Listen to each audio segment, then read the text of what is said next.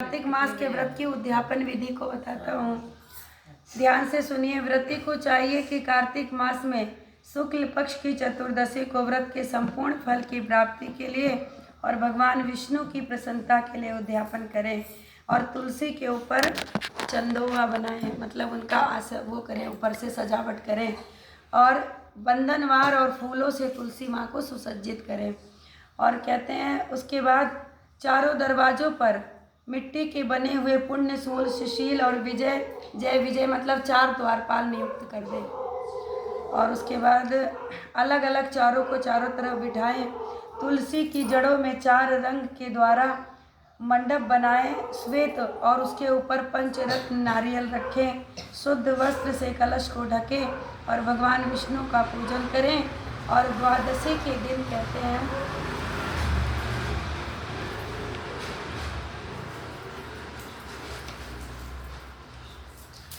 क्योंकि एकादशी को भगवान जागे थे तो कहते हैं द्वादशी के दिन तुलसा और शालिग्राम का विवाह करवाना चाहिए। त्रयोदशी को देवताओं ने दर्शन दिया था और चतुर्दशी को सभी देवताओं का पूजन हुआ था।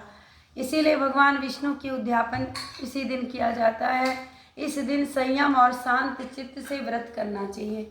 जितने भी लोग कार्तिक स्नान कर रहे हैं, चतुर्दशी का व्रत सबके लिए बोला गया है, क्योंकि उसके बाद पूर्णिमा लास्ट आपका उद्यापन होगा ही।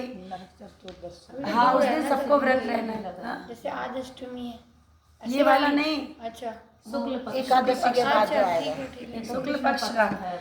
और कहते हैं भगवान विष्णु की उद्यापन पूजा करनी चाहिए। इस दिन संयम और शांत चित्त से व्रत को करना चाहिए। अपने गुरु की मूर्ति बनाकर पंचाक्षर विधि से नैवेद्य आदि से भगवान का पूजन करें। और विविध प्रकार के जो लोग व्रत हैं उन लोगों के लिए बोला गया है विविध प्रकार से भजन और कीर्तन करते हुए रात्रि जागरण करें। जो प्राणी श्रद्धा पूर्वक भगवान का कीर्तन करते हैं उन लोगों के 100 जन्मों के पाप जो हैं वो नष्ट हो जाते हैं।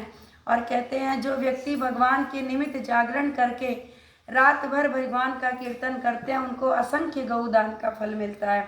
जो लोग भगवान की मूर्ति के सामने नित्य गान करते हैं, जो आप लोग करते रहते हो, कहते हैं उनके अनेक जन्मों के पाप नष्ट हो जाते हैं।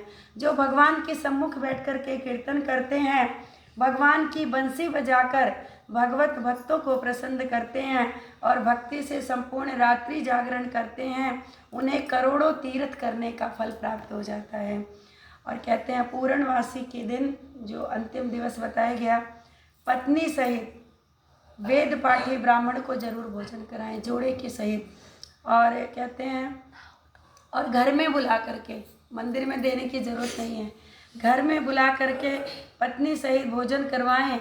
और खीर आदि का मधुर भोजन जरूर, मीठा कुछ जरूर पूर्णिमा के दिन होना चाहिए। और यथाशक्ति जितना हो सके दक्षिणा दे, क्योंकि पूर्णवासी को ही भगवान ने भक्तों को, कार्तिक मास करने वालों भक्तों को सबको स्नान वरदान दिया था। और मत्स्य रूप भी उसी दिन भगवान ने धारण किया। अतः उस दिन जो दान हवन जप आदि भगवान विष्णु के निमित्त किया जाता है वो अक्षय हो जाता है, वो कभी खत्म नहीं होता।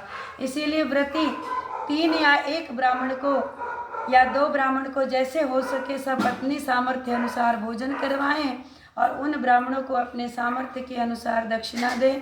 और बाद में भगवान विष्णु की पूजा करें, अन्य देवताओं तुलसी और कपिला गाय का पूजन करें, व्रत की कथा सुने, गुरु और उपरोक्त ब्राह्मणों को वस्त्र आभूषण से पूजन करके और प्रार्थना करें कि आप सभी लोगों की अनुकंपा से मुझ पर भगवान प्रसन्न हों। जब तक गुरु की कृपा नहीं होगी तब तक कहते हैं कि कर्म जो है हमारा वो भगवान तक नहीं जाता।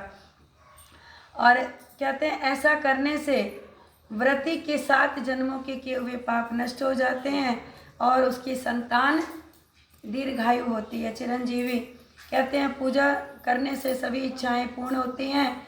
और अपने लिए क्या मांगना चाहिए?